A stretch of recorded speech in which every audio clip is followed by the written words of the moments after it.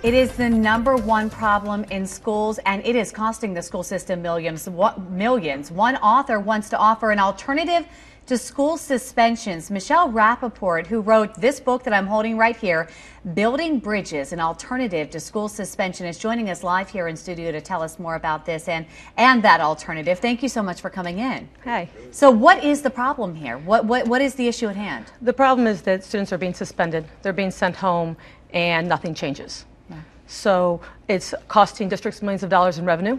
It's costing them millions of hours in administrative time. How?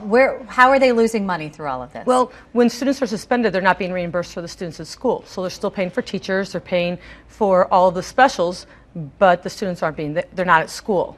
In addition, that when the administrators are dealing with the suspensions, they're dealing with the student and the situation, and then they're dealing with parents, and then they're dealing with, buses and if they have to cancel things and stuff like that.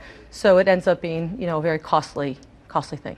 Certainly kids do act out and do need some sort of punishment while they are in school. What do you suggest? What do you think is more cost effective? Well, what we're trying to do is an alternative. We're trying to keep the kids in school.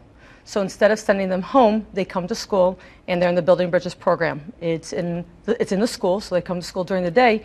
And instead we're doing a program that's based on restorative justice and cognitive behavioral principles. And basically they come. What does that mean? What it means is let's talk about that.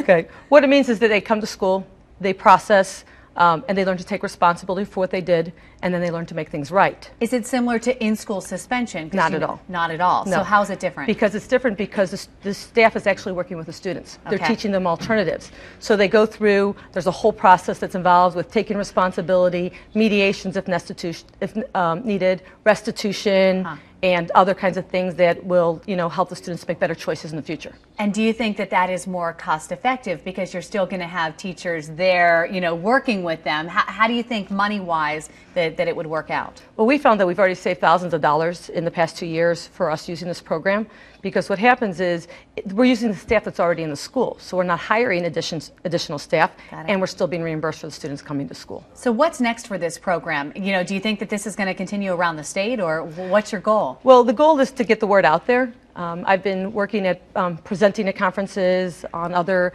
news stations and stuff so that people get the word out there and they can purchase the program and hopefully start it in their schools. Very interesting. Well, Shell, thank you so much for coming and sharing. Thank you very much. Of course, and if you want to learn more, please go to our website, foxbaltimore.com/morning. You can find information on the book that she wrote.